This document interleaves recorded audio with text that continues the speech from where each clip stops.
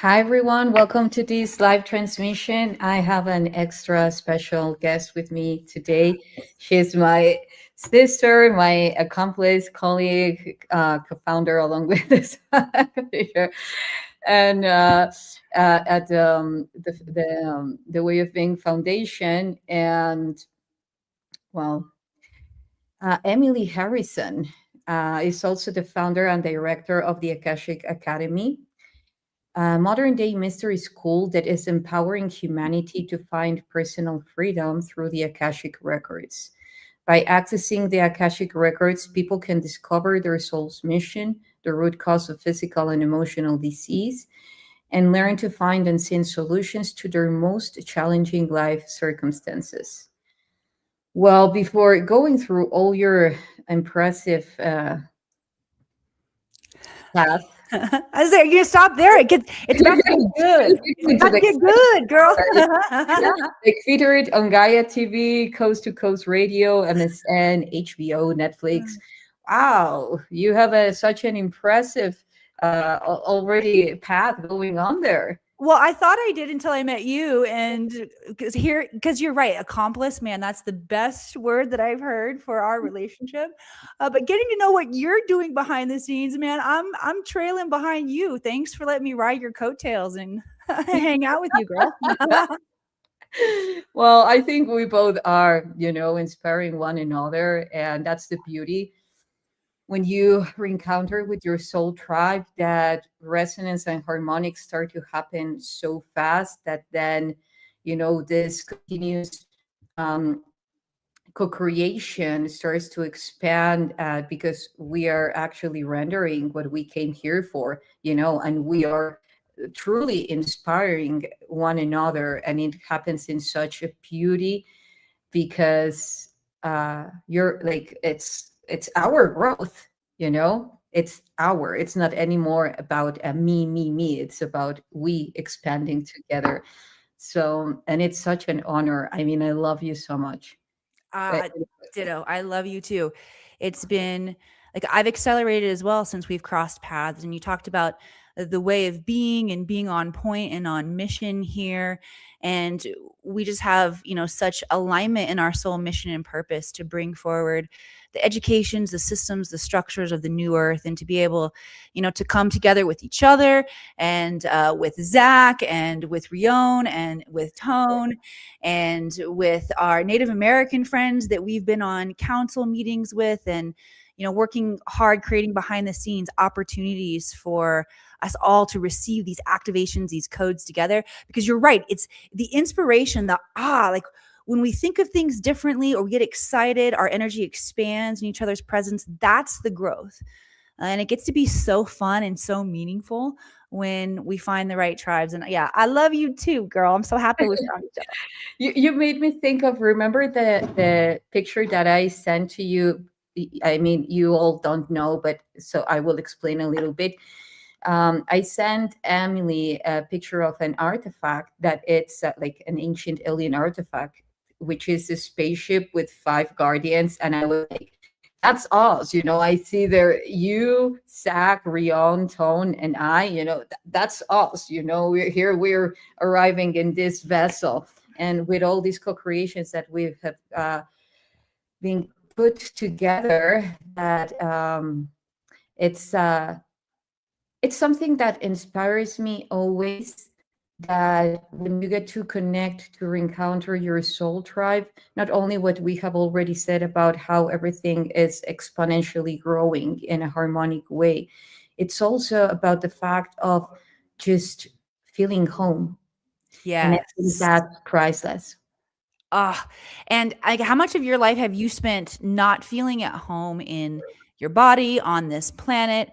I mean, I think a lot of star seeds experience that isolation, that feeling of abandonment. And man, when that's gone, y'all, it's such a pleasure to be here in the physical, in the, in our bodies, and being able to laugh together and to get inspired and have ideas. Like, we don't have our physical bodies or this physical experience in all the dimensions. So when we can wake up within this beautiful place, which gets to become heaven on earth, that's the goal of the new earth. That's the mission right now, is can we embody and animate this heaven on earth energy and create that through our experience. And once you give up the trauma bonds and seeing, through the distortion, like if your brain is viewing the negative things in your life and what you don't have, you're seeing through the distortion, the Maya, the illusion, the original fracture of the human psyche. And when you flip the script, it gets so fun. Yes, yes. I mean, this phrase that you said, bringing heaven to Mm. earth. I have been tuning into the Septepi records, What and records? the Septepi, What are it's those? another way of naming, ancient Kemet, all that golden age.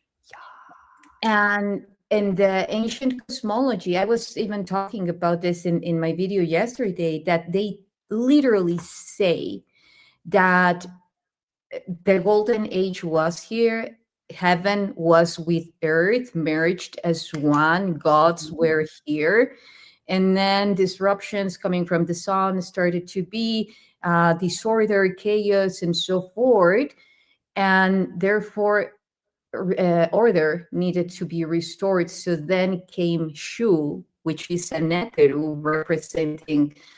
represented by a galactic being, but he's the separation.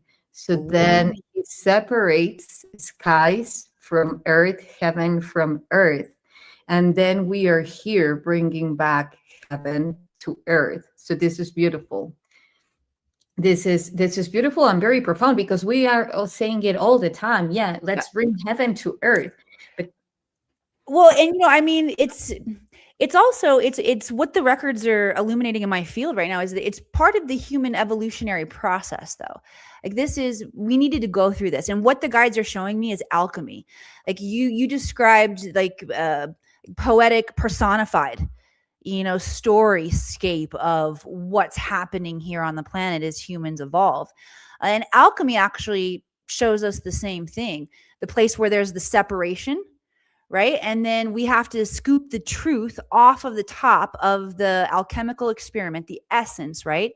We take the essence over into its own separate lab. We apply gentle heat, and that's where we get the vaporization. The vaporization is when we rise up into the heavens, we mingle with that God energy, and then we bring that medicine back down to earth, right? And that's what we're getting to experience right now.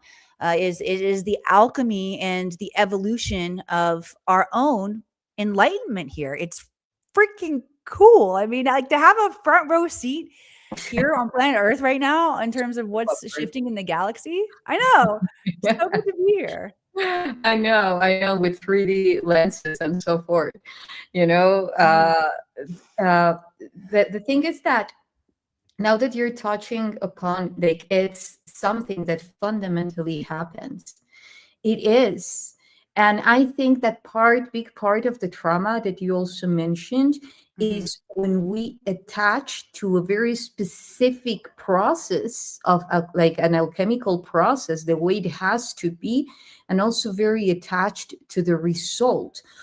but because immediately, like how many years we spent on, on the victim side, that, all of this was done to us and so forth. And yeah, there are forces, yes.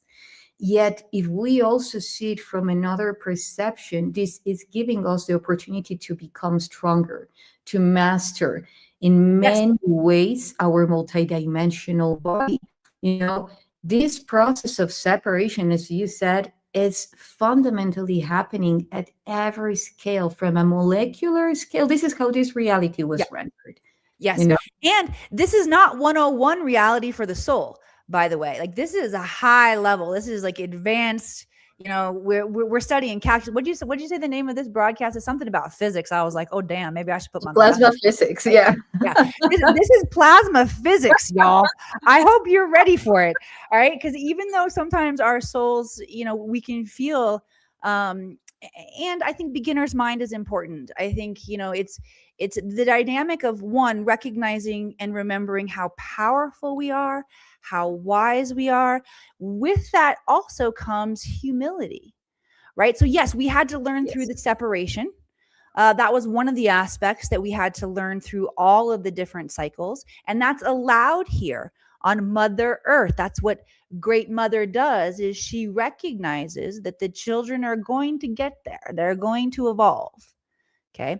So we're here on this planet, and we're going to get there, right? Another major challenge that we've experienced is like the power struggle, right? And that separation creates a competition reality over a collaboration reality in society. So there are going to be a lot of different ways that we get to come back into this state of unity and oneness, that there aren't a lot of places on the galaxy where we can learn through the polarity, right? So polarity, north-south pole, holds this whole thing in place. This unique school allows us to learn through our own shadow, with the inherent trust and belief that the divine blueprint of light will win. And I just got chills through my body. My clairsentience went off. Yeah, at the end of the day, y'all, the darkness serves the light. I don't care what storyline you're plugged into. Yes. Yeah. Yeah, because you cannot have light with that which we call darkness, or shadow.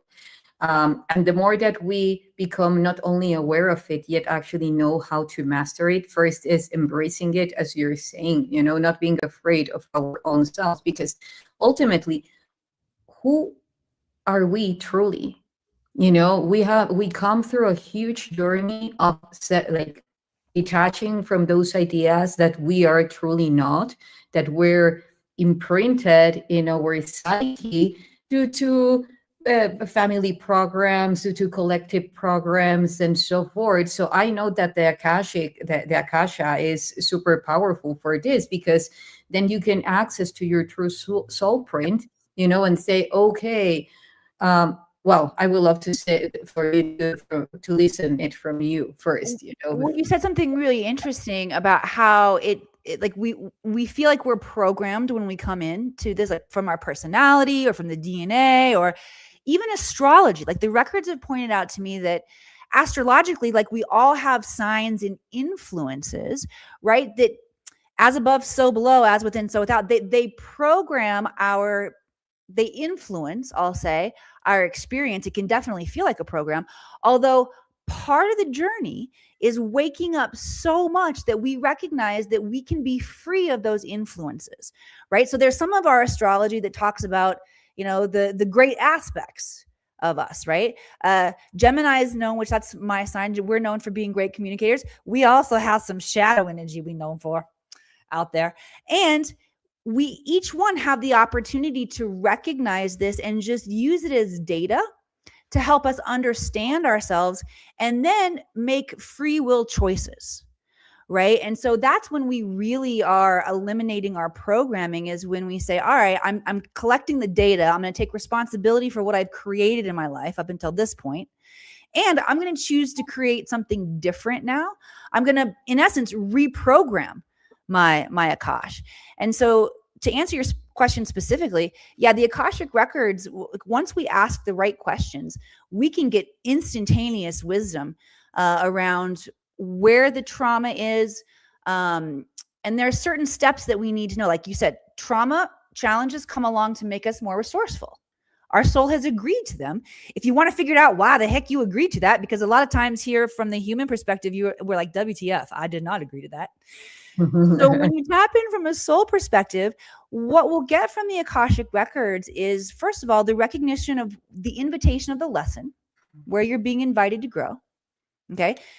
Then it's very important that we find the gift within the wound. That's where we get the resourcefulness, right? So once we find the gift within the wound, which chills go through my body, that's one layer of healing right there. Some people will stop right there though, and that's why, they can fall back into old patterns, because we have free will, we're then required to create a new identity. So we have to ask ourselves, we have to visualize and think about this, because our thoughts are what create the reality. So if you haven't thought about this or haven't planned for it, you're just going to fall back into default mode. So you got to ask yourself, who am I? What does my life look like without this pattern? Who am I without this? And then you start to visualize and see, and that's what begins to pattern this identity for us into the Akash. And, here in the 3D world, the physical, we vibrate slower. Bump in my mic there. So what that tells us is that sometimes it takes some time in order to reveal itself in the physical realm, the changes that we've made. So recognizing from a higher perspective how this works. So one, we know what we're doing when it comes to healing ourselves and reprogramming, and then setting proper expectations as we go, because I don't hit that new identity of myself right away. I mess up a couple times before I get it. Right. I know that I wanted to shift and change and respond a different way, but I get triggered and I respond the old. And then, I see it. Right. It's like that old, story / joke they tell you about: you walk down the street, you fall in the hole. You walk down the street, you fall in the hole. It's not till the third or fourth or fifth time that you see it, you walk around it, you take the other street. So recognizing, that's part of the process here, I think is important. Yes. And, big part of why I feel, because we are heading now to the solstice, like tomorrow. So all this important, yeah, I know, all these super important astronomical events, and that we weren't really educated to honor them, to do the proper, let's say, ceremonies around that. I'm not saying this in a religious way. I'm saying because we're not honoring outside, we're honoring within, and the cycles that are happening within. We're being aligned to the true time. Yeah. And all of this distortion, this incapability of acknowledging, of understanding who we truly are, it makes a lot of sense when we connect the dots and say that we are truly not being coherent within the outside, what it's cosmically happening, within the outside of what this reality is showing you to do, and within the inside at a biological rhythm and so forth. So then you have three realities, two of them unite, but the biological one is trying to do the best to fit in both of those realities, one that is calling it inherently, and the other one that it's supposed to be in order to survive. So then this huge pattern, this huge mode of survival is like, okay, so how many, you must know, because you have a lot of clients, that we, at some point, we'll face that state of, what do I need to let go of? To meet myself, renouncing to, even at some point it feels like you need to renounce to your family, to you, to who you were, to your to your job, to all of these aspects. So how do you see this? Dude, I think I not even my students, I need that level of check-in consistently. And that's a piece that's really helped me up level along the way, is continue to check in. Who am I right now? And, we talk about who am I, and it invites this bigger esoteric who am I? But just like check in with yourself right now in this moment. Who am I being? How do I feel? What are the quality of my thoughts? Because we're truly creating in every single moment. And we live in a field where the Maya, the distortion, the illusion, it never goes away. So we've got to continually do our own maintenance in order to not be afflicted by the distortion. And I love that you talked about, the intelligence or the education around ceremony, around ritual. We haven't been given that. Yeah, not only have we not been given it, y'all, it's been hidden. However, it can only be hidden in plain sight. Okay, and here's how it's hidden in plain sight. What's the first thing that most of you think of when I say ritual or ceremony? Like, not good stuff. Exactly. Right. Absolutely.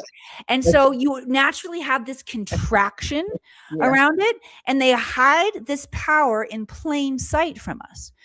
When we begin to tap back into this power, it's a self-teaching mechanism. The Akasha is a self-teaching mechanism. Your vibrational frequency, your soul will teach you, keep your vibrational frequency high, and you will find yourself in the places of revelation of truth. And putting yourself back in sync with natural time is a way that you will begin to have truth revealed to you in every moment. And the Maya, the distortion, the illusion can exist alongside of you. However, it's not affecting you. You actually like talk about the popcorn. You sit back, you're like, oh, shit, I see it. Well, there it is.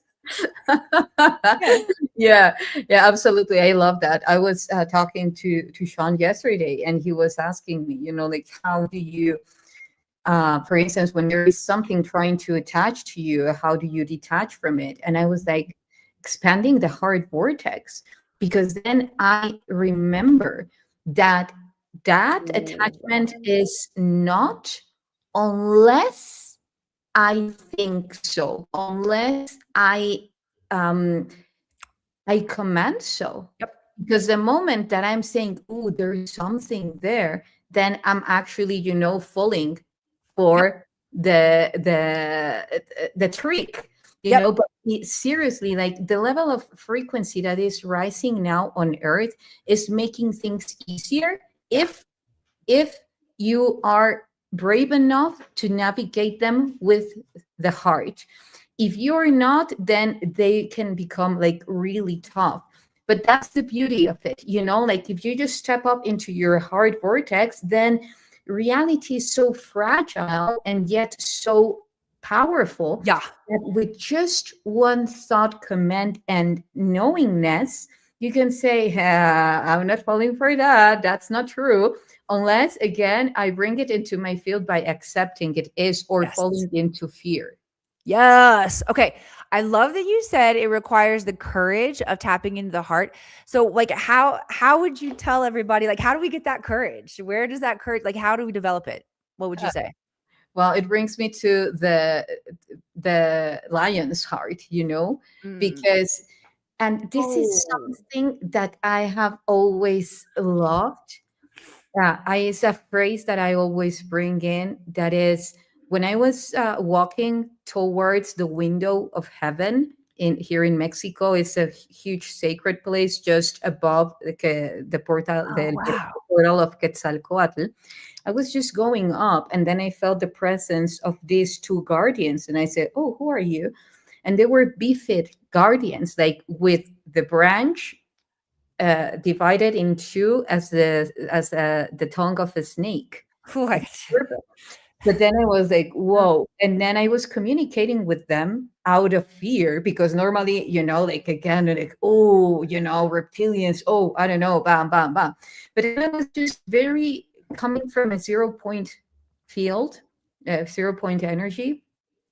And then they told me one of the most beautiful messages that I have received so far, which is, the strength of a warrior resides on the temperance of its heart. So Wow. our strength, the temperance, in comparison, well, that's how I perceive it and created my reality. You must think that it's just about fighting. Sometimes that's required, but what is going to give you the victory Mm. is how your heart remains in temperance, immovable, the axis. You can just spread force and do and undo, yet your heart shall always remain in that 0 point field, which is not attached. You do, yet you are not the action. You play with the action, so that would be. What about you? Whoo, man. Well, this is one of the reasons why I love you and love hanging out with you so much, because you talk about like the codes. You talk about codes a lot, and these aha moments. When you talked about the lion's heart, I just saw more clearly an aspect of myself and my mission. Hmm. As you know, like I've been training people how to read the Akashic records for the past 10 years. And that work has also evolved into utilizing the vortex energy of the planet and stargates. And so every year over Lionsgate, I take people into Mount Shasta for advanced activation. Yeah. And the whole purpose of this experience, this is only for the students who have trained with me in the Akashic records. So they've already learned how to read their records and gone through a process of rewriting them and tapping into their unique genius here on the planet. And then I take them into Shasta because, as you know, Shasta is the root chakra of the planet. So people have been pilgrimaging here for eons, right, to seek solace, to have experiences, because it's a super volcano. All of the piezoelectric energy there at Mount Shasta opens up the field for higher consciousness. We've got gateways of extraterrestrial intelligence. It's one of the biggest hotspots for ET sightings there. And when we go during the Lionsgate, we're aligning to star system Sirius, which is our spiritual sun, with the purpose of calling forth our mission, our highest potential timeline here on the planet, and aligning to that from our root and activating that courage that goes along with Lionsgate.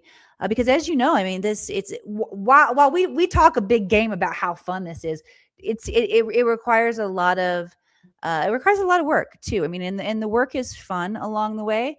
However, there's a high level of devotion and integrity and a personal continuing to do the work, our own shadow work, and being vulnerable about what that looks like. Hmm. So yeah, that's what I would say. Like you really sparked in me was recognizing how that energy of courage is Hmm. injected into my own mission. Hmm. My favorite way to work with energies is to go into the chakras a lot of times. And so solar plexus, that's where our personal power is. Um, just working to, because anytime, here's the deal. I learned this from Joe Dispenza. Anytime we put all of our attention on a particular part of our body, we activate the innate consciousness or the innate intelligence within that part of our body, right? So if I'm going to put all of my attention on my solar plexus, and I'm going to know that my innate's going to take over and it's going to do what it needs to do, all I really need to do is create that time and space to, like you said, use my thoughts to run my technology, and then just allow my life to unfold. And generally what will happen is when you do activations like this on yourself, you bring awareness into growth. Some people call it tests from the universe. I don't like getting tested by the universe. I'm pretty rebellious. Sometimes I'll get triggered if I think I'm getting tested. So I framed it like this for myself, right? My higher self has invited me into the opportunity to embody this new identity that I've created. And yeah, that's usually, I usually miss it on the first round or so, but then eventually I'm like, oh yes, there, I'm going to step into that. Yeah, and now that you say that, the way that I see it is, let's imagine that we are working to get the perfect pitch, the perfect attunement. Mm. It's like our daughters, like singing. First they need to start practicing in order to get that perfect pitch and do this magnificent result of a song, and we are harmonic beings by nature. Mm-hmm. So it's very important how I say it to remember always that. So wherever we go, we're bringing harmonics, not the other way around. The moment that we start feeling fear for our power, then we start to disrupt the field. Yes. And then it creates like a continuum of, oh, you see, you know, you are making things worse or whatever. No, we're the moment that we actually friction our own identity, our own bodies, we generate that friction within because we are measuring our inner divine power. That moment we Mm, create coherence. So regardless, you know, one of the biggest lessons that I have experienced so far, and one of the things that I have remembered now that is like a pivotal, like pivotal fundament of my reality is that wherever I go, just be that power, mm, embrace that power, unfold that divine power within, because that, even if it seems that it's not, it truly it's bringing harmonics. mhm, And this takes me to the first part that we were talking about, you know, like understanding the shadow, how the shadow works. So, for instance, even if we understand how our divine power works, the divine power is also finishes or terminates what needs to be terminated, and also opens and unfolds into what needs to emerge from, mm, you know. So again, another thing is that because you were mentioning as well the codes and the portal, you know, the lion's portal, and this powerful event that you do every day, that I hope to be part of it next year. And you know, like the importance of connecting with all these beings that are always there, that not always manifest in a common way. And a lot of times we wonder, because I'm quite sure that you have people in your groups that say, wait, but I'm not seeing as much as that person is mhm, seeing. And yes, it's because of the third eye opening. Yet, where is that? Where is the core to that? Why we won't see as many things as others? Yes, we all have our own power. Yet I also very much connected to the fact that when we are fearful of ourselves, because we were taught that vulnerability is weakness. I love when you mm, said vulnerability. I love that word, because for me, when we fall for that, when we embrace that vulnerability, we cannot be more powerful. Because for me, vulnerability is the fact when you surrender to your divine power. You just said, may it be, you know, and so it is, you and know. well, that's another place where our power has been hidden from us in plain sight. We're programmed to feel like our vulnerability makes us weak, so we don't wanna show it, right? But in truth, that's what brings forth our divine power. Exactly. Exactly. How would you describe vulnerability? Oh. Well, okay, so for me, like, when I'm being vulnerable, I'm being radically truthful and honest. Peaceful Penguin's here, hi. That's what Mhm. I definitely recognize coming over from the Akashic Academy tribe. Welcome to Isha's tribe too. This is fun to see. I see Ceci there in the house too that we met in Dallas. Yeah. Okay, so vulnerability for me, like when it shows up, it's basically I would say, like, I really like I like the vulnerable parts of myself too. The polished poise parts of myself, like I spent 20 years in Hollywood. So that part of myself I feel like really comfortable with. And then there's the Something that human. I love about you. I must Thank you. I know that we get to dress up and play Hollywood and fashion model and Bob Barker girls together. Um, say. and then, but then there's like the raw human Emily underneath as well. And I experience, like, even though I have access, like pretty easy access to my higher self who break things down through the Akashic records, there's still the human part of me that's walking her journey here. And I get my feelings hurt and I get embarrassed and I get like offended and I have like emotions that flare up within me that distort my field. Right. And for me, being fully embodied enough and having the bravery to share what it really looks like, as well as, the glamour on the outside, but what's really being experienced on the inside as well, is really impactful for people. So that's what it looks like for me, is not only like not shying away from how I like to create and present myself on the outside, because we all get to do that, right? But it's also sharing the truth of what my path looks like, what my hangups are as a human, and being willing to, take the heat, because people are going to have their responses to that, right? And the bravery to put it out there and allow people to have whatever responses that they want to have, and still stay truthful and grounded in myself and non-reactive. It's part of my path and journey, and so that's how I would answer it.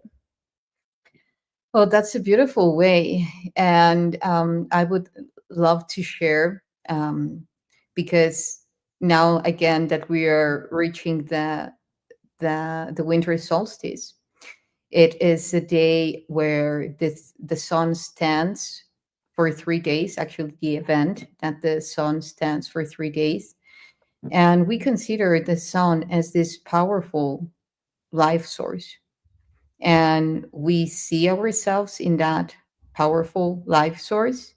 So when sometimes we feel that life force within is being threatened, and yet we go as deep as we can to fall into that rendition, where we remove all the shields because we become aware that we don't need any. Because as long as we create coherence within, nothing can touch us. And then the sovereignty emerges, and then the power reemerges from within. For me, that's vulnerability. That's touching upon vulnerability. So, Yeah, drop the shield. I love that. That's so good.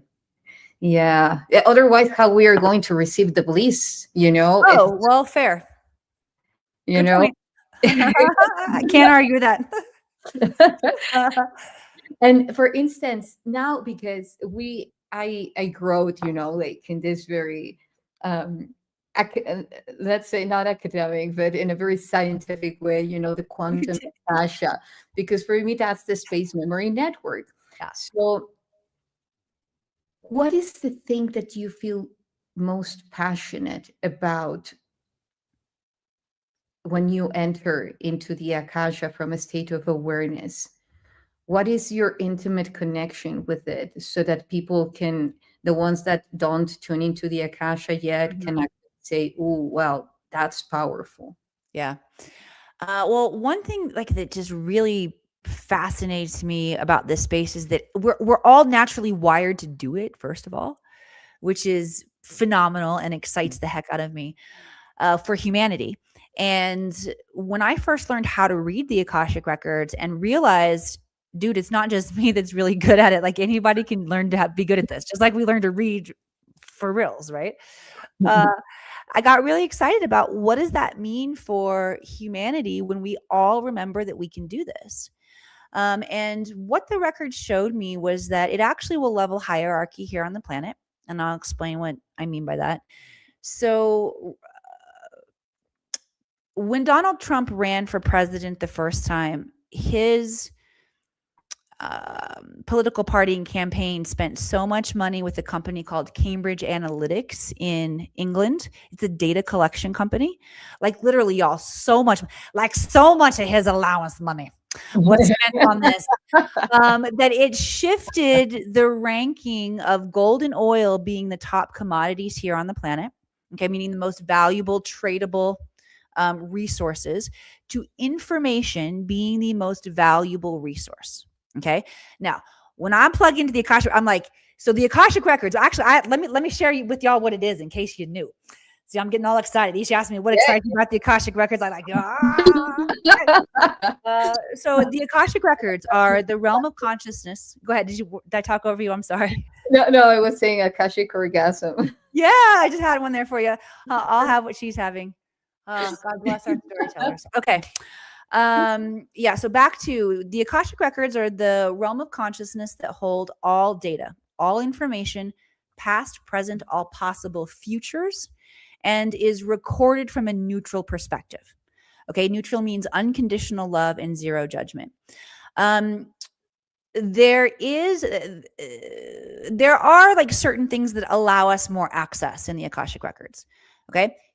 And this is what it is. It's self-love, because as I describe access to all the intelligence in the universe, I hope at least some of y'all are like saying, damn, that's powerful. Okay. Because you are right. Yes. Damn, it's powerful. And there are mechanisms, locks on this intelligence that until you do the work, first of all, the Akashic records won't even appear in your field. You won't even hear of this concept, right? Until you've done enough work to potentially use it in its highest frequency, right? In order to truly get any and all information from the Akashic records, you must be willing to love yourself unconditionally, because when you truly love yourself unconditionally, you will love others, you will see the God, goddess energy in everyone else, and you will use all of the intelligence to its highest good for you and everyone connected to you. Okay, that's a requirement. Humans, we can weaponize. We weaponize everything, and we have weaponized intelligence many times here on the planet. Yes. All right. However, when this level of work is done, we all have access to the same intelligence, okay, for free. And I'm going to say that kind of loosely because I do charge money for my training, y'all. That's how I take care of my family. Although, what I'll say is that you can learn this anywhere. All right. Scour the internet. I've just made it concise for people who want to dive in and feel like that's a good trade on their resources and their money from the time that I've spent doing it. All right. However, this information is available. I even open the Akashic records and show people how I do it on my live stream shows. All right. So everybody can get in and access this intelligence. When we all get in and learn how to use it at its highest level, what it does is we all have access to the same information. And when we all have access to the same most valuable commodity here on the planet, no one can hide anything from you or us. We can't lie to each other. We all have access to the same level of resource and abundance. This is ours by divine right. And I think that's why I feel like it's not only is it a privilege and how exciting it is to be able to tap into the Akashic records and change our life with it, it's also a responsibility, I feel like. So that's why I get so excited about the records for humanity. I mean, for myself personally, I love playing big and dreaming big. Like I'm a freaking dreamer, y'all. I get up to bat. I'm like swing hard, aim for the fences kind of girl. Okay. I grew up really small town, Missouri. I pulled the plug on life in Missouri when I was 19 and moved to Hollywood. All right. That's 20 years in Hollywood, playing at a very high level of storytelling. Like I want to show up on this planet and have as much fun as I can and learn as much as I can and emote and be in the artistry. And so my soul dives into play at a really big level, and the records freaking are here for dreamers and visionaries. This is what Nikola Tesla, Albert Einstein, Steve Jobs all learned how to tap into. Exactly. And not only get insight that was challenging for the human mind because of the distortion aspect. So not only get insight that changed the planet, but also learn how to reverse engineer how the frick we do that. Like, how do I get on a different timeline where I get to show up and help humanity in a different way? So that's why I love just a little bit of why I love the records. You can also heal yourself. Like I've had clients heal themselves of a lot of physical dis-ease, mental dis-ease in their life, because it gives us our power back. And as you said, information is power. Yeah. Information is energy. And everything in this reality comes to who is generating more energy and how you use your energy, because you also mentioned focus. Focus is super important Yes. for manifestation, because also you can know it all, but if all your thoughts are like Yep. disrupted, like Scattered. schemes, like just collapsing your reality, what's the point? Yeah. But when and this is beautiful because you also said, like when you tune into the Akasha, you tune into very specific, let's say, file or a Yep. crystal, Yep. and then you tune into that quantum drive, you resolve it, and then you tune into another one. Otherwise, you will have, like an informational rush, or, like hangover, Yeah. and then you're not giving results. Yeah. And universe likes results, Yes. which is evolution. Information overload will put you into decision fatigue. Okay. So one of the reasons, and it's actually the fact that we have limited bandwidth as humans, I think it's actually kind of cool. All right. Here's why I like separation. Yes, I see the value of moving back to unity, and I see where separation messes us up along the way. Although God consciousness, Goddess consciousness, unity consciousness, it's a it's a oneness. There's no contrast. So we actually don't have the opportunity to be consciousness observing itself. Right. And so as we incarnate into a realm where we get to experience separation, we get to all experience ourselves as separate aspects of the God personality.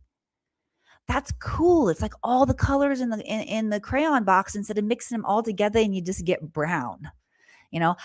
We both have kids. I took my kids to Color Me Mine, that paint shop, when they were little, and I would just let them paint whatever they want.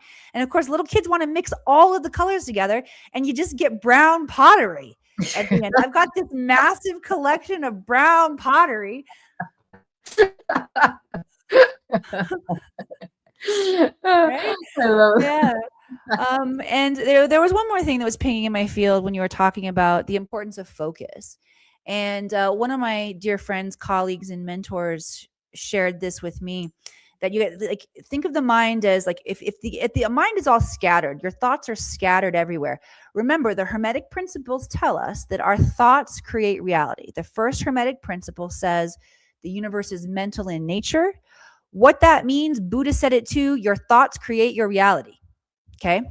Thoughts become things. So if your thoughts are scattered and dispersed all over, you're dabbling in creating all of these different, likely competing timelines. All right.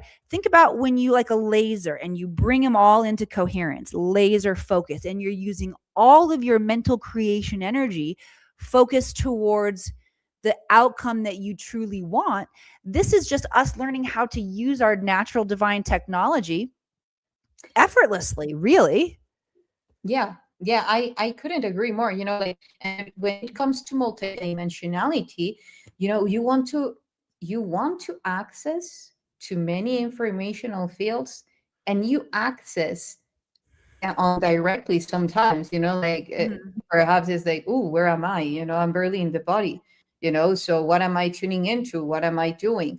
So some of the things that I do is actually, you know even give a command. For instance, Yeah. I bring in a specific amount. You can even give a number of versions of myself, bringing them now into coherence and using the 80% of my potential to focus on this, and you can even give a time frame, so until it's manifested. Why? Because then you're already giving the command, and your body is so loyal and so Yeah. loving to our purpose that if you give it commands, it will deliver them. It's our best body, our body. It's Making our, notes. yeah. Yeah, it's impressive. We just need to know, as I love the example that you gave about the colors, instead of putting them all together and creating a beautiful brown piece of art. is enjoying the fullest spectrum, because there is also that something that comes here, something about it that is having a deadline for everything, and this is very much related to the inorganic time. Yeah. Ooh, I need to finish this now. So then you're trying to get, like all at Yep. once, and end up messing it up, instead of flowing at the organic time that says, okay, no, this is ready. Let's focus on this. Yep. Okay, finish. Now this is ready.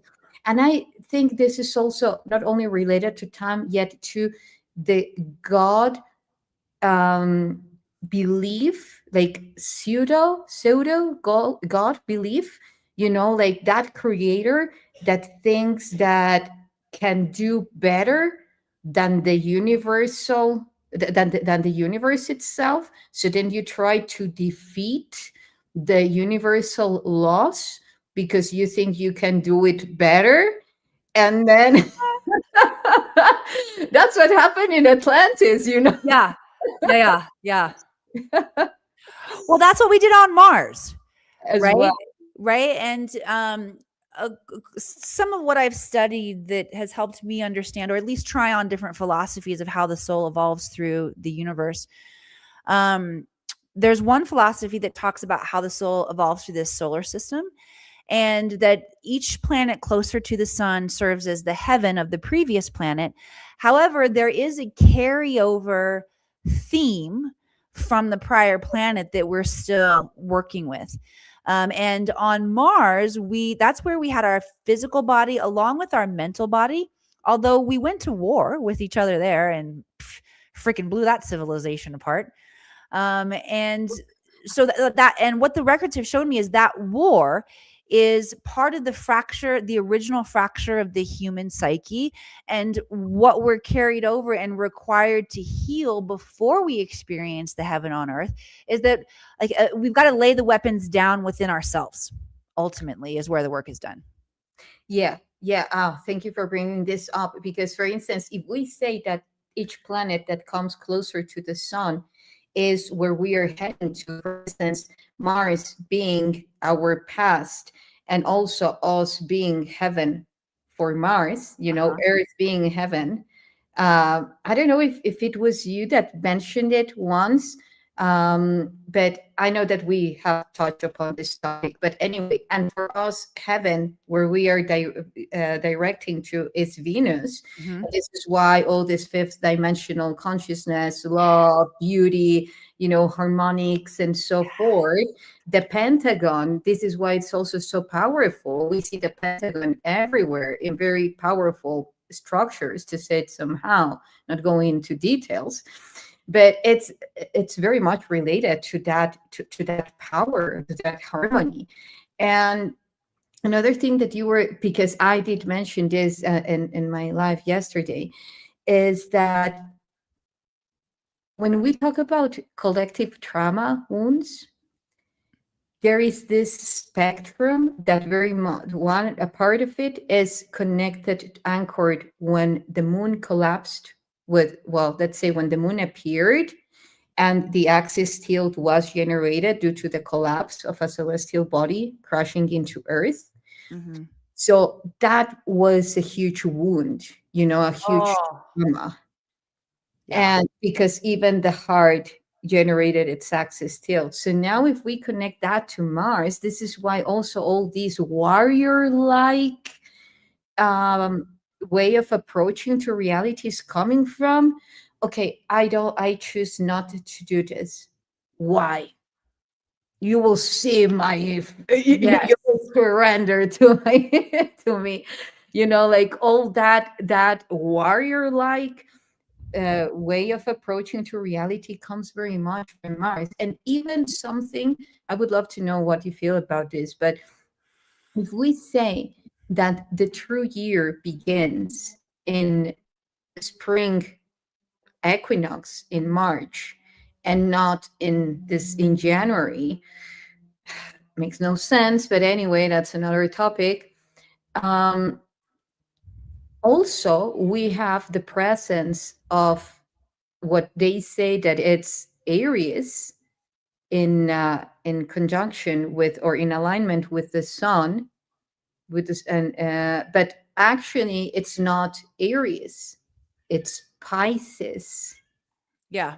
All this distortion, because Aries is related to Mars, you Hmm. know, like you get all these ingredients put together as plasters, making no sense at all, giving out to us in a platter and saying, okay, good luck, good, do whatever you can, to make it better, to improve it, so what would you do in those? This is a very good, well, I love Yeah, this. I mean, I think the only thing that we can do is recognize that our souls are older than all the systems and structures here on the planet. All of these time counts, and they're all freaking distorted. All right. I heard recently the Mayan calendar might have been just a little bit off here. Right. You're talking about how we get set like a little bit off on the dial where we really should be starting at the equinox. Um, let's see, there was another aspect of the distortion that came in there. Really, all what the guides are saying is I know. So, and this is funny. I thought of Stefan Burns. Do you know that guy? He's a geophysicist that's been talking a lot about Three Eye Atlas. And then all of a sudden I'm like, oh crap, plasma. We're supposed to talk about plasma. Yeah. By the way. Maybe we'll get there. But here's another aspect of the distortion that geophysicist Stefan Burns, which I've been watching a lot of his stuff lately because he follows Three Eye Atlas. He talks about how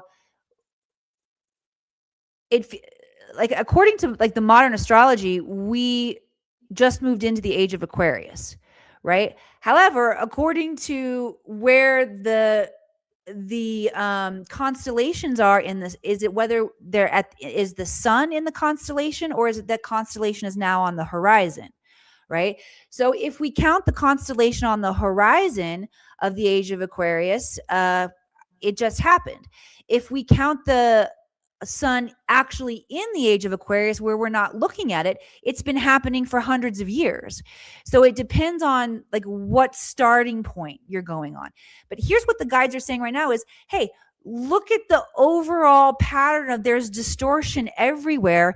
Unhinge from linear time and tap back into your own rhythms. Like, Yeah. right? That's the biggest invitation that I'm getting. I absolutely agree.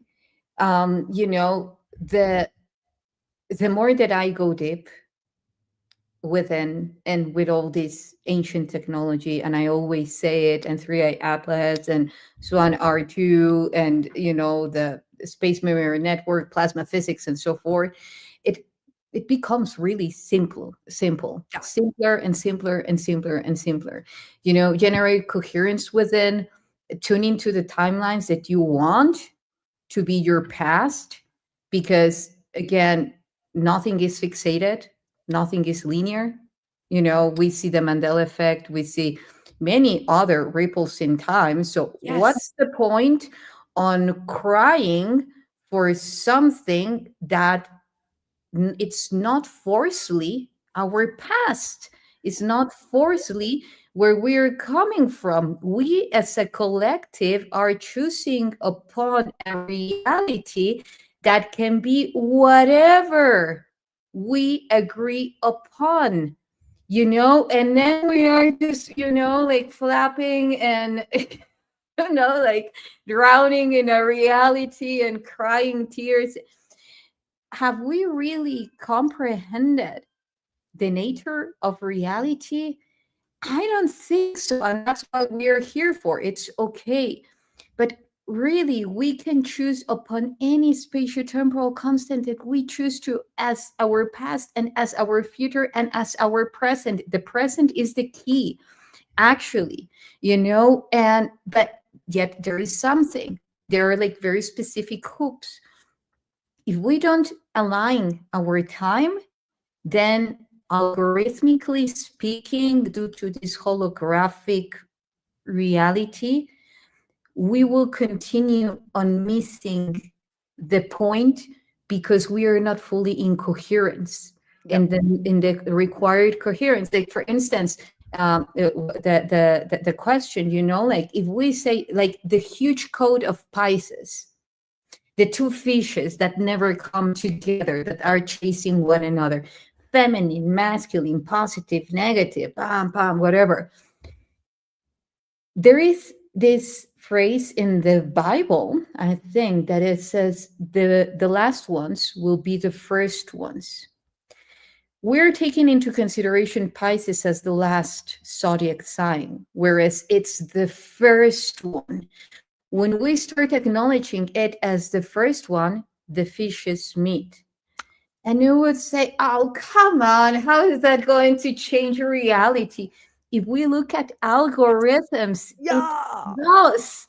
You Yes. know, it's yeah, it's the order in that information that you were mentioning, something so important, how gold then information is.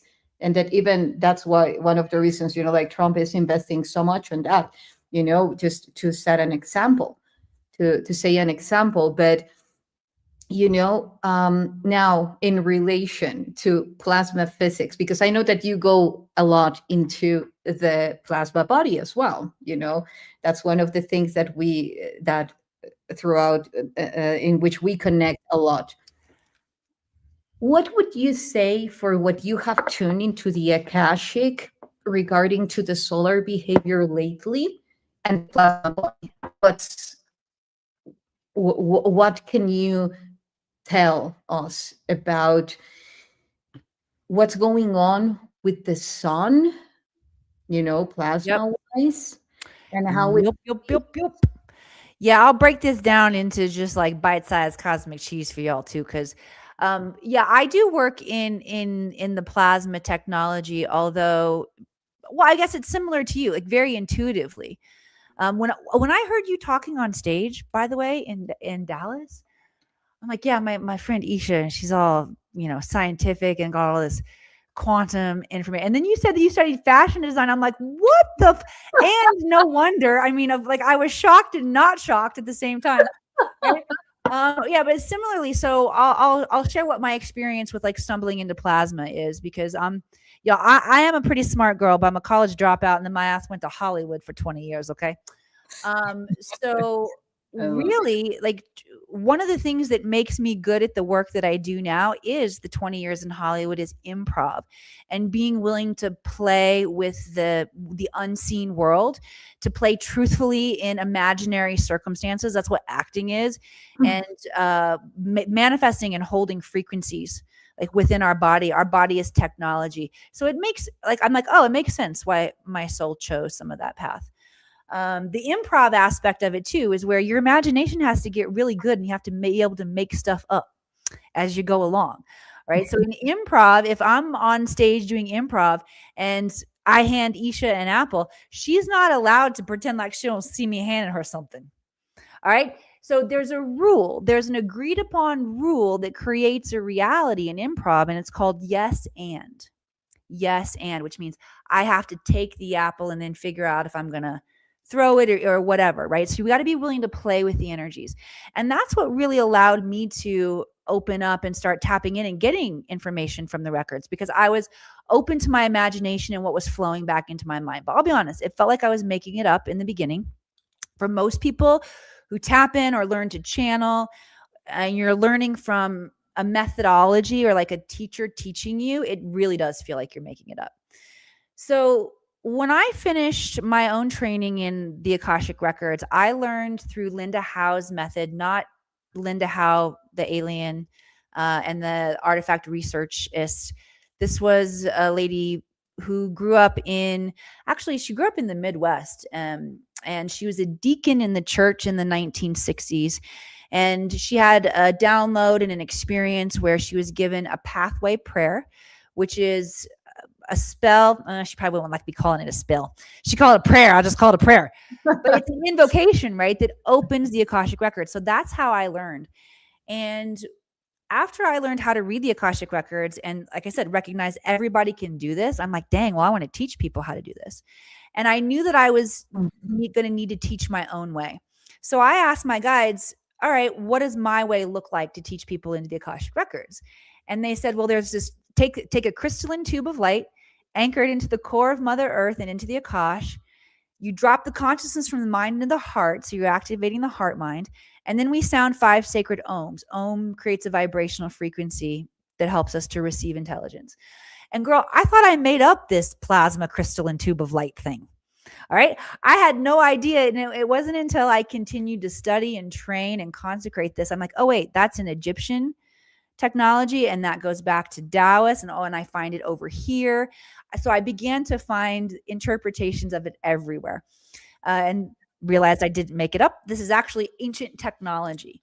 Right. And so as I have continued to use this method and tap into this technology, again, it's a self-teaching mechanism. It continues to reveal itself to me.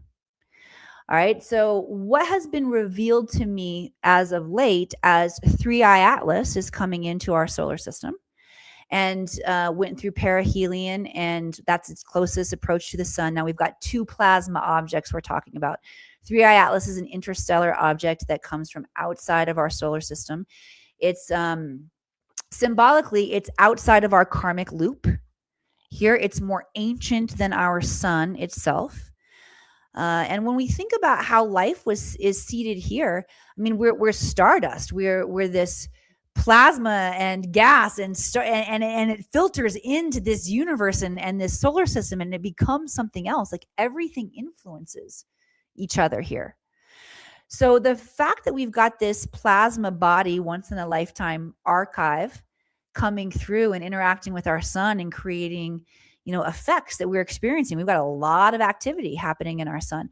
What it's woken up within me is the awareness of, oh, that's part of this crystalline tube within ourself as well, this plasma that we can all tune into. And what I've come to learn about plasma, the nature of plasma, is that its intelligence is innate within it. And it responds to our intention, and it responds on a lattice work of data of a grid. Okay, so when we're using the crystalline tube of light and we're anchoring into the core of Mother Earth and into the Akasha, and we're calling forward intelligence of our soul, and I make this spiral motion because when I take people into the records, we spiral down that intelligence from the Akasha and move it through the body and down into the earth plane, right? Yeah, and as soon as I said that, like my whole circuit's just shot. Like, what am I saying? I have no idea what I'm even saying. Anyway, I was there with you. I was going through. Okay, so here's what it looks like for that plasma then to rearrange itself on a lattice grid work so that it gives us intelligence, right? So basically, once you attune yourself to that, you let your resistance down, you open up your heart, your mind, your thoughts, your emotions will pick up the coherence from this field. That's what's naturally coming into your mind, is the feedback from this field. So all you have to do is observe your thoughts, observe how you feel, observe what's happening in your body.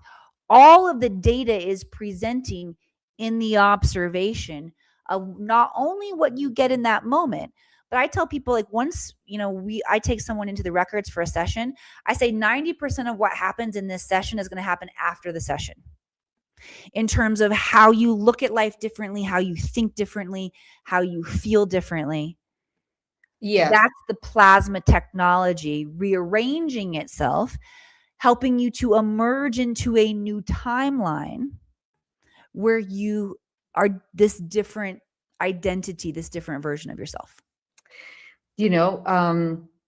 I agree. There is something that you touched upon, and also something that Kate Love here mentioned. I want to bring it up because it's super important. First, time dilation. It's super important for us to comprehend that whatever we're manifesting from higher levels of higher dimensional levels, it's flowing at a specific rhythm, very fast. Once it comes through the stream of these realities going very slow. It's a very slow frequencies. So then that form of manifestation, of divine higher manifestation, has to open its way all the way into this reality. What can we do to not accelerate yet, allow the true time of that manifestation to be here, experienced here, and rendered here. Coherence. And plasma brings coherence, because plasma, we can relate it now, going into, like just a very simple explanation. It's involving gamma rays. So gamma rays, imagine that from all, let's say, the brain waves or any waves, they have different rhythms. The gamma ones are super fast, along with the lambda ones, but gamma are like super fast oscillation. So imagine a butterfly when it's about, or let's say, before becoming a butterfly, like the cocoon.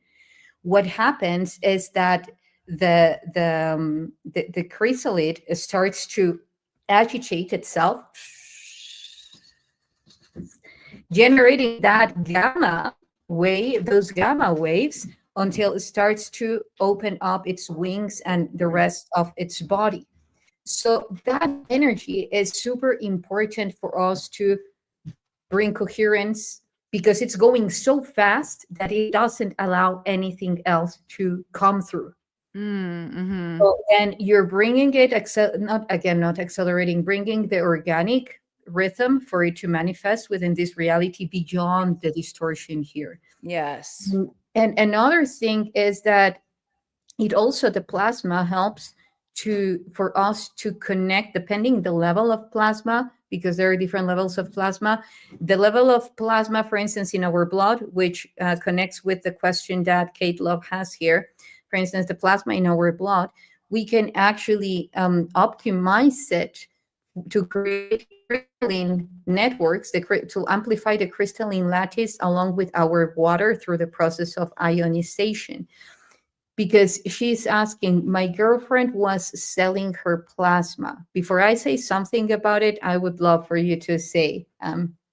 Ask me the question again, and maybe I don't see all the Well, comments on because my side, but I don't see that. these ones are on Facebook. Okay. Yeah, I'm looking at many platforms. You're in multi dimensions here. Okay, yeah. Ask me the question again. My girlfriend was selling her plasma. This has to be bad, right?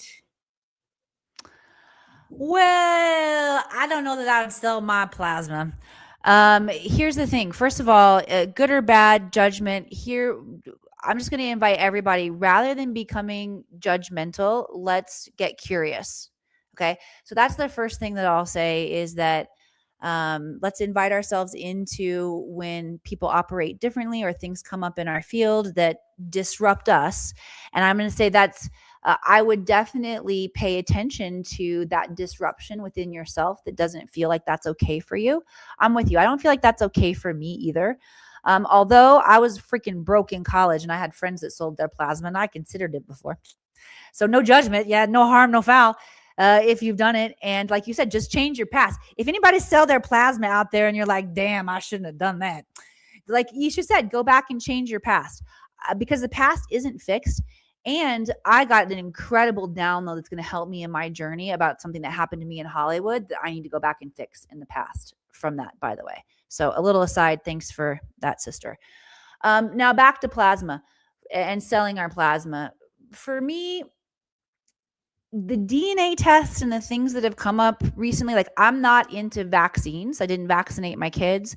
I did not have the same intelligence or access to the wisdom and knowledge that's available right now when my kids were little. I mean, I know I look good, y'all, but my oldest is 22. Okay.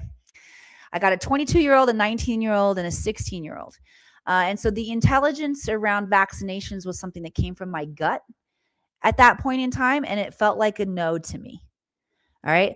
What I did, though, was I actually found a pediatrician who was pro-vaccination, but also pro-parent, and allow parents to make the decisions. And so she filled in the gaps for me in the places where I didn't understand what felt wrong in my gut, right? But I did recognize like the polio vaccination has saved a whole bunch of people. I didn't know. So what I did was I surrounded myself with knowledge. All right. So I would say the bigger bigger lesson and invitation for us here in this question is, when I notice my judgment coming up, can I surround myself with more knowledge and get curious and ask why? All right. I don't know if it was good for her or not to sell her plasma. I'm going to say actually it was probably good for her in that moment because she made that decision and she got some sort of something that she needed from it in that moment, with which is reciprocity and the opportunity to potentially learn and revisit and reflect on, did I give away a part of my energy? But here's the thing, while I don't like giving away my DNA or selling my DNA or plasma in this lifetime, I do have seen through the Akashic records areas where my DNA has been part of other experiments. So I'm not going to freak out that much about it, right? And let's see if there's anything else that I wanted to say about that. No, it feels complete. You're on mute. That's weird. I didn't mute myself. But anyway, so yeah, because then she's saying, do you know what they do with the plasma that they buy from people? And yeah, I have other friends that have also done that. To be honest, I wasn't aware that that was possible until, because here in Mexico I had never heard about that. Mm. Be honest, it was only when I started hanging out with more people there, and it was like, oh yeah, I used to sell my plasma a lot because they needed the money at that moment. So and yeah, I agree with everything that you have said. To that I will just say that it depends how your friend feels about it, because if your friend is facing perhaps emotional disruptions coming from nowhere else, or energy leak, or like very specific situations that could be showing that her energy is, because again the plasma is the purest aspect of you. Let's say that it's source transmission in you, the purest aspect of source transmission within you. So there are many ways to play with it. Whether you're saying that you were expanding seeds of source in others, and then you give a response to that without being an automatic result of your action, you actually owning your action and choosing what effect is going to have in your reality. If we go into more, what are they doing with it? Well, again, plasma is very powerful, so many things. So better than just, for me, how I perceive it, it's nice to be informed. Many of the experiments that or usage that they are or the use that they are applying for the plasma, but nevertheless, it's more about how from your own core are Yeah. going to act upon that. If it's bothering you, because then again you could use way other responses to say that all the plasma that you gave is giving you harmonic feedback. Dude, Because I'm actually thinking about giving him some of my plasma now, because that shit's got to be like potent. Like let's blast, like get some light going through that. You're tricked you. Like you probably really don't want my plasmas. My plasma's out here to save the planet. I was just gonna say. well, there is a lot of women, I include myself, that at some point with the vessel that you put to receive the blood, your blood when you're bleeding, you Oh, go and yeah, you plant it in yeah. different places because it's full of plasma, as well as the semen. It's full of plasma.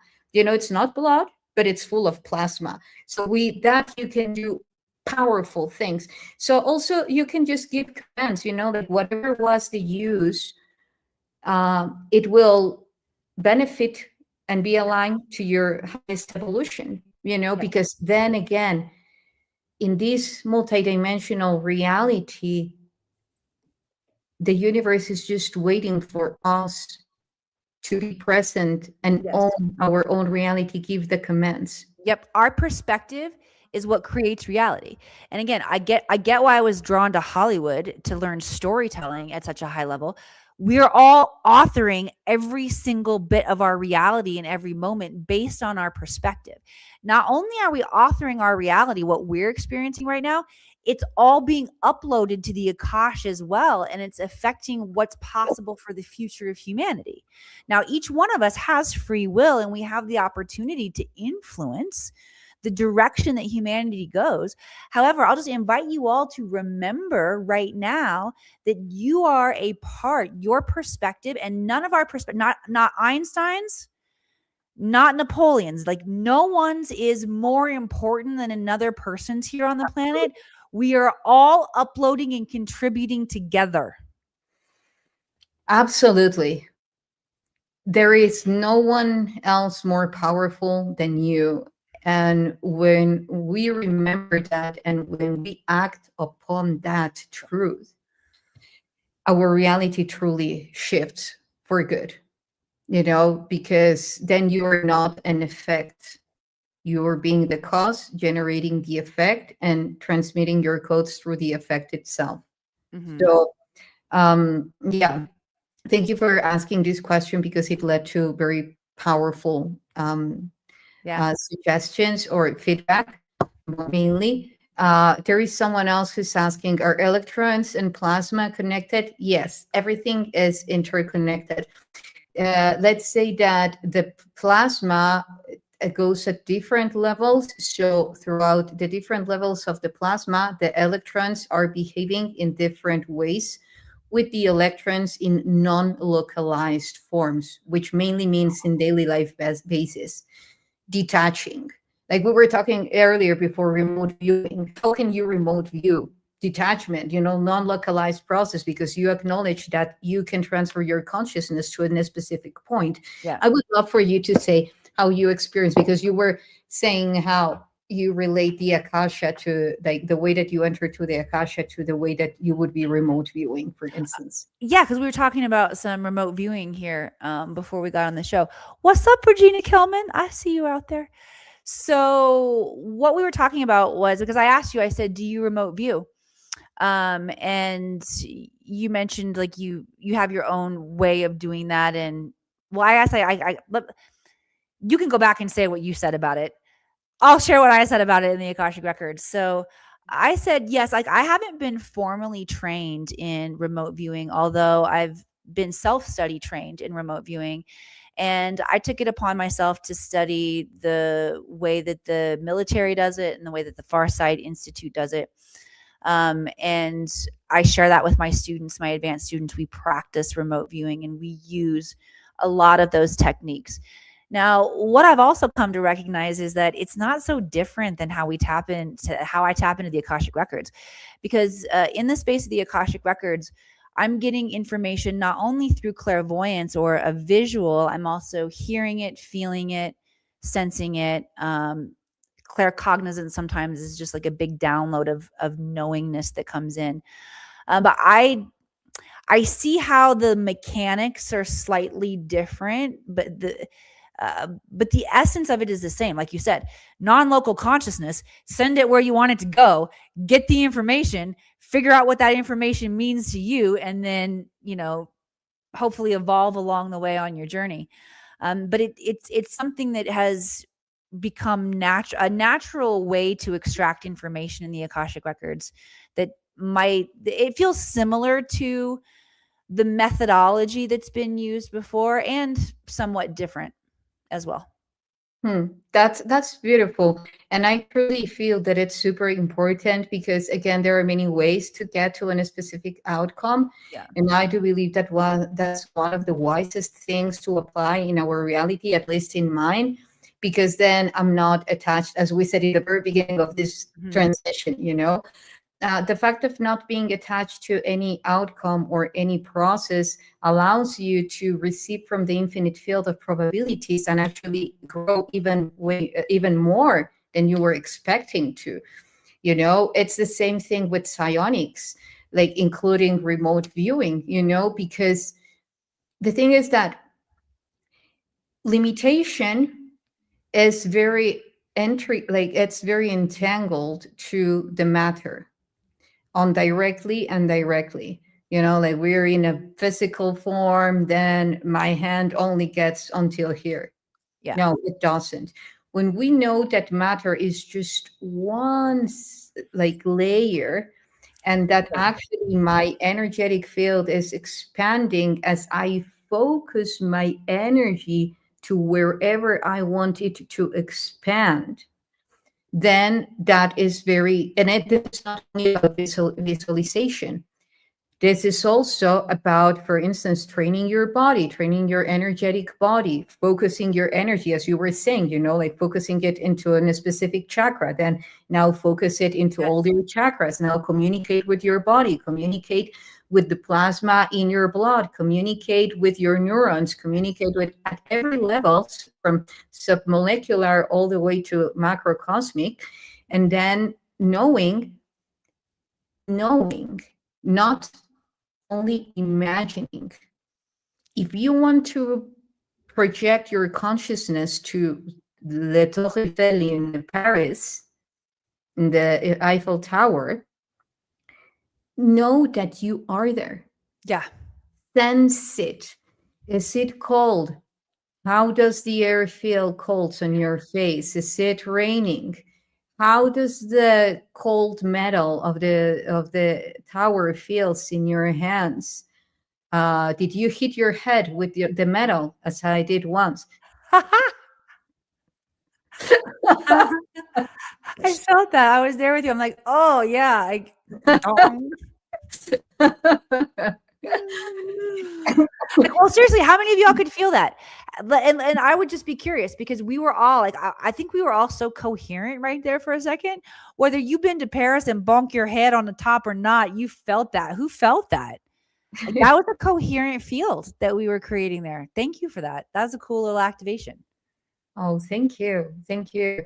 Yeah, for bringing all this powerful information in the field, and for being so brave and so courageous. And one of the things that I love the most about you is the beautiful energy that you emit while you're doing it. It's so joyful and so dynamic. It's just, yeah, I love it.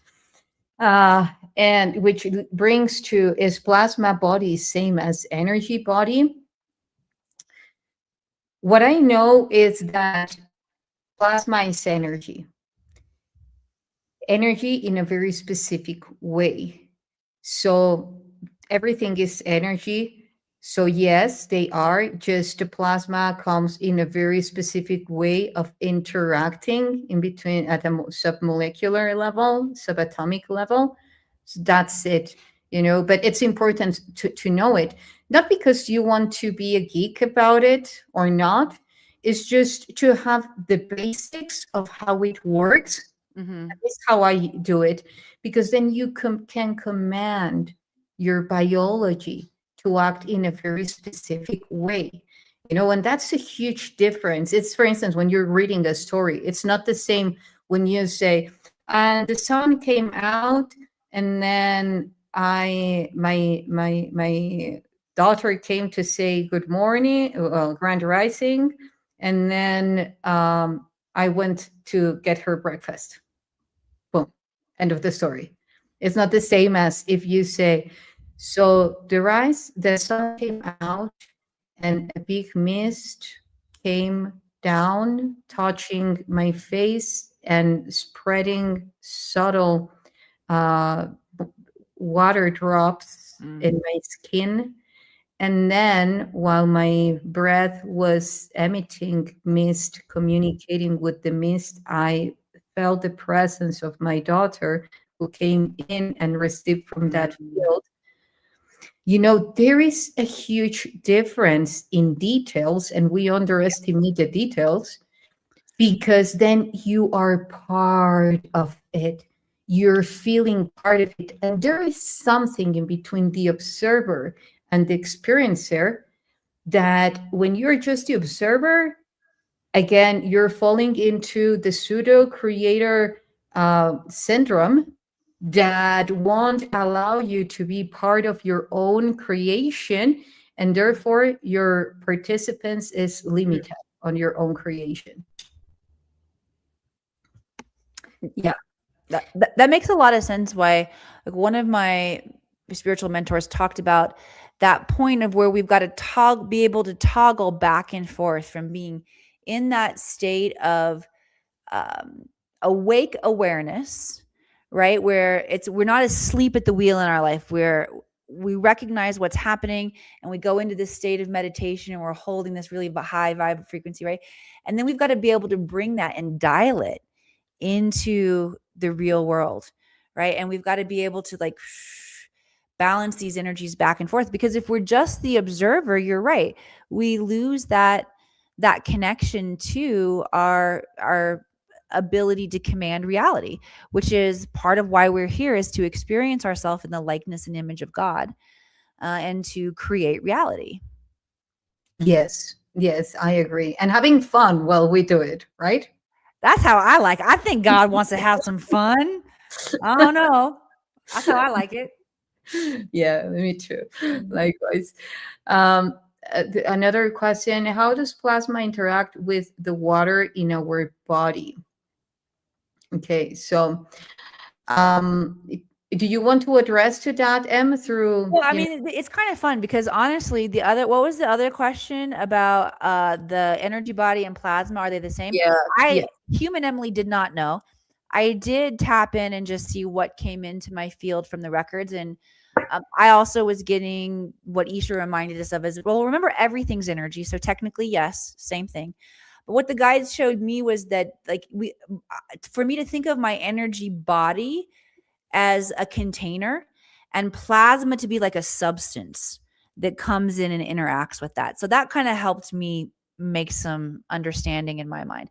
Let me see what comes in now. In terms of how plasma interacts with our body, the biggest thing that's alive in my field right now and illuminating is the intelligence of both of those substances, right? So plasma obviously being a really intelligent substance, and water super programmable, right? Water takes on the intention. We know from Dr. Masaru Emoto in his work with The Secret Life of Water that water takes on an intention and life of its own. So I would say the plasma is probably, programming some life force energy or delivering something powerful and potent into the water in our bodies. Also, our liquid body. So we've got the physical, mental, emotional, light body. Maybe we would even want to add the plasma body now. But if we were looking at physical, mental, emotional, and light body, our emotional body, that's the liquid aspects of our body. It's the blood, it's the urine, it's the semen, it's the tears, it's the spinal fluid. It's our saliva, it's digestive fluid, right? So I would say if plasma is interacting with liquid aspects of our body, perhaps it's reprogramming the emotional aspects of the intelligence within ourselves. That'd be my answer. We'll see what the judges say. 10. 10. Hooray. Yeah, I still like the good girl thing. I like being a good student in here. I definitely got a dopamine hit there. My ego did. Anyway, take it away, Isha.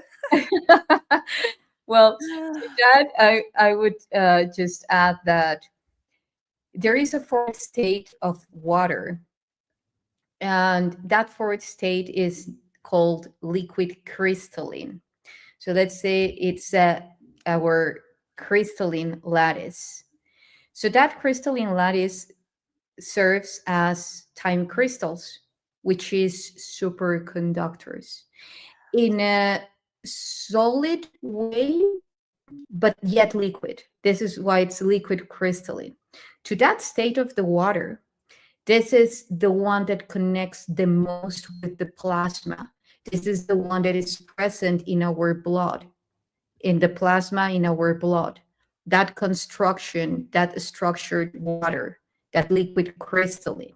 So when we're capable to expand that liquid crystalline state into all of our intelligence in our biology, meaning by this bringing in structured water into our daily intake instead of any type of water, what we're creating is within our body, we are leveling up the ionization processes and therefore getting into a state of high non-locality, which means if you are starting to have like astral body projections, lucid dreams, remote viewing experiences, psionic experiences in an easier way, it's because you're creating high coherence in between the water that is already present in your plasma, in your blood, and the plasma that you're creating through the functions that your body,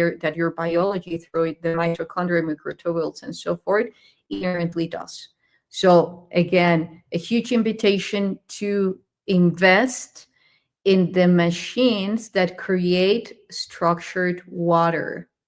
This is highly important.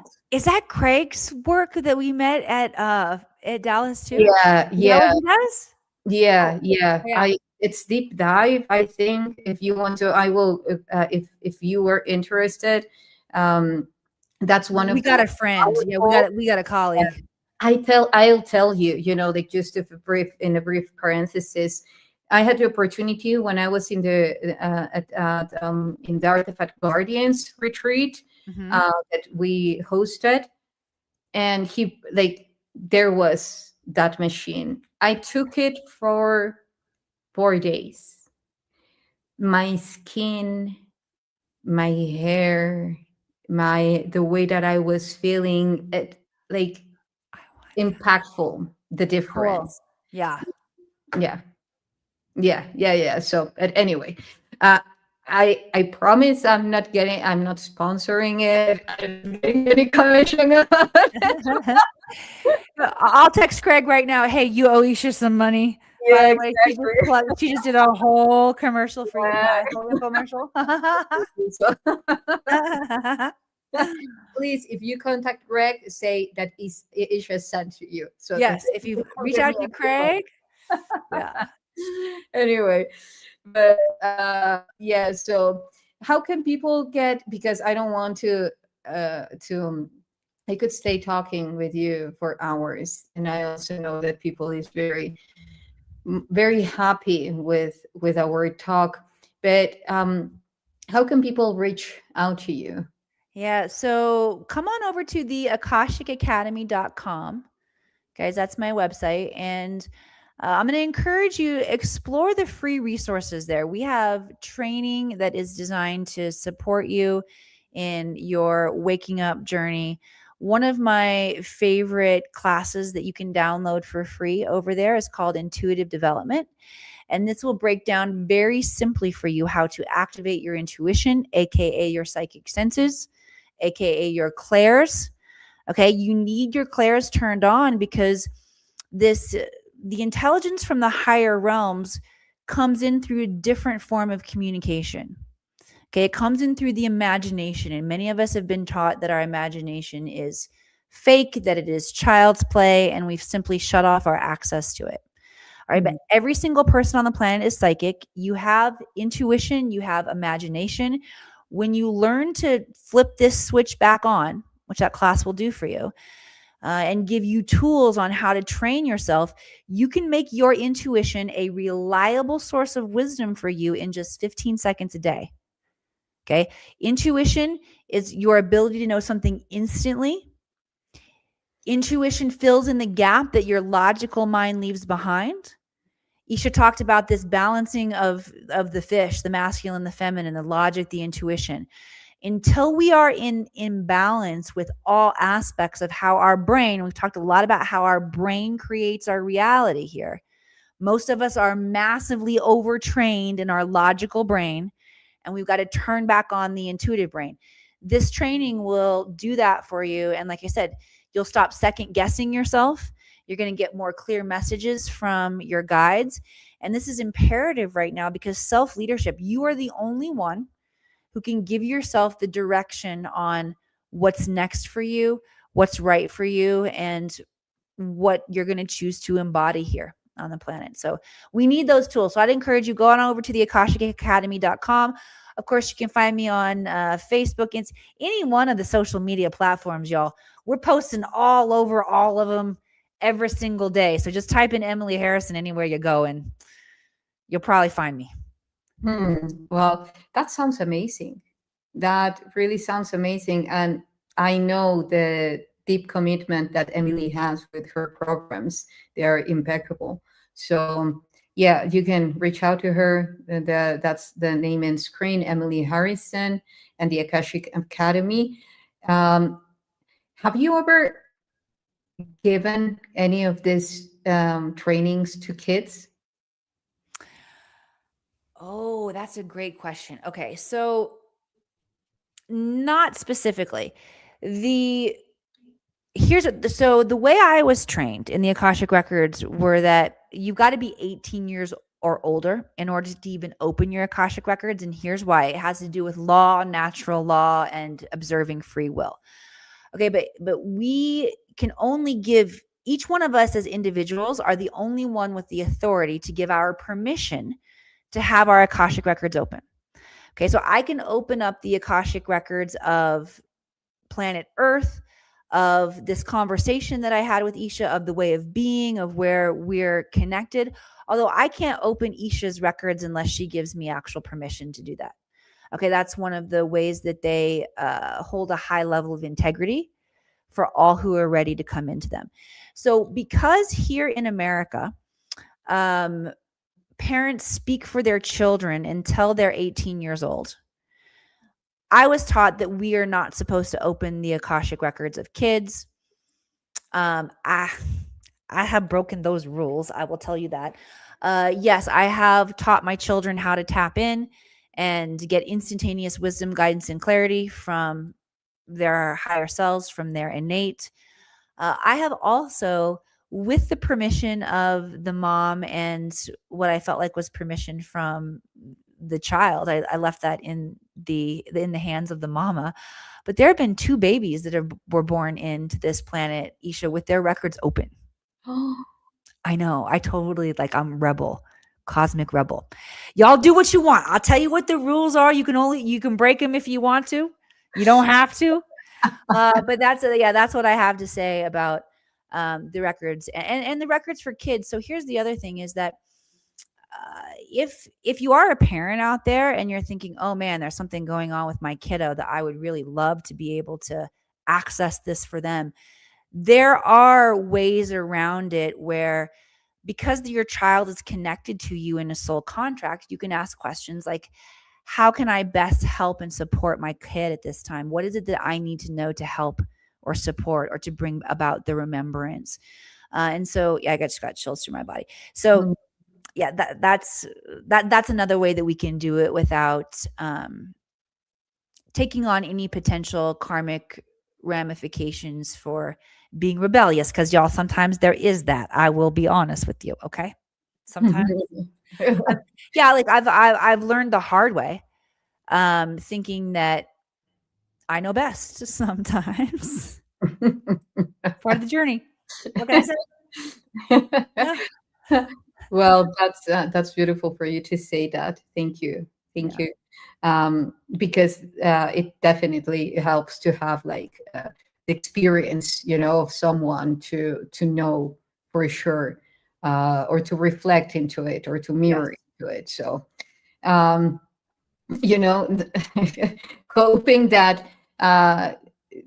the ones watching the show, they're not like that they need to go through it so that they can learn. Like when a parent tells the kids, hey, don't do that. No, I will go through it and experience it. And then I will tell you, oh, you were right. Yeah. Not, it depends. But anyway, yeah. Well, that's a very important to know, because now that we're tuning into the fact that kids are being born with, let's say, new softwares, mainly original softwares, not not so many hoops in their systems, like more in a more primordial form. then I wouldn't be surprised if a kid 10 years old come and tells me, hey, I tuned into your Akashic I record. know. Oops. your I know. I think your guardians tell me to do so and to give you this message. I Okay. think, yeah, forget me teaching the kids. The kids that are coming in these days are going to be like, "Hey, I open your records. I see what's up out there." Brian Cable, I love you, my friend. Brian was one of my very first students in an online Zoom classroom that filled up with just such amazing star seeds all over the planet. I love you, B. Hmm.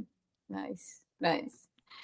Yeah. Well, and also, we will be together at CLE. Yes. Yes. Yes.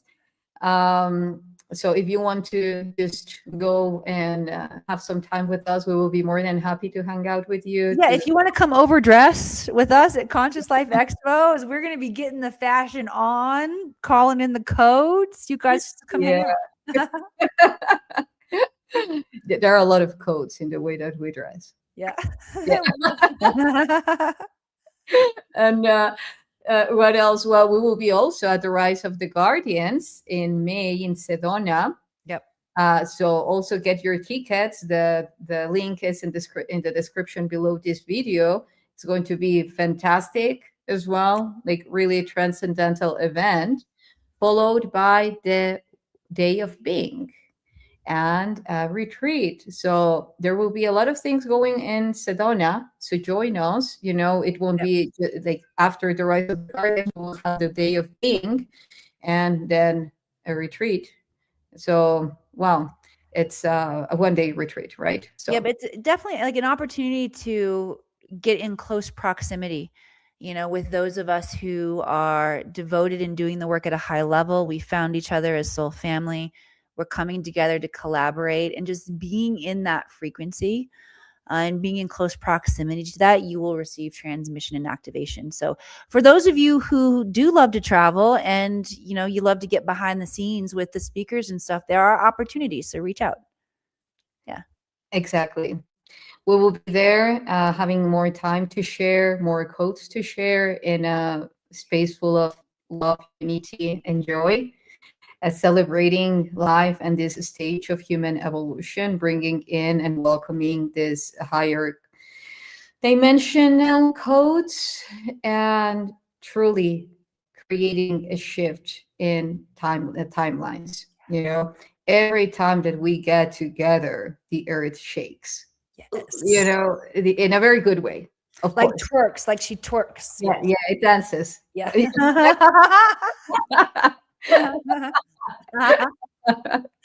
Okay, now we will make a dance. The Yeah. earth. And along with our secret handshake, Yeah, I think we just sold out the retreat, girl. Everybody's like, yeah, I want to come hang out with those two. yeah, I'll have exactly. what they're having. You're Yeah. right. You should. Yeah. So if you're interested in knowing more about this, just reach out to the description that I will be leaving below this video. If you want to contact M, if you want to contact me, if you want to join us in any of these conferences. Also, if you're interested in joining me in the other conferences that I will be presenting, stay tuned. I will put all the program, but there is upcoming in January, February, March, May, and June. So, and also, do you want? Well, you have the upcoming trip in Mount Shasta. Yeah, we do Shasta every single year, y'all. We are in pre-enrollment for Mount Shasta. So if you did, if something sparked in your soul when I talked about that experience and you're like, ooh, I need to be there, yeah, reach out. We'll get you an application. Okay. Okay. Awesome. Well, thank you, everyone. Thank you for all your lovely comments. There you go. We had a lot of presents. Thank you so much. And until next time. Yeah. Who knew? Hi. Right.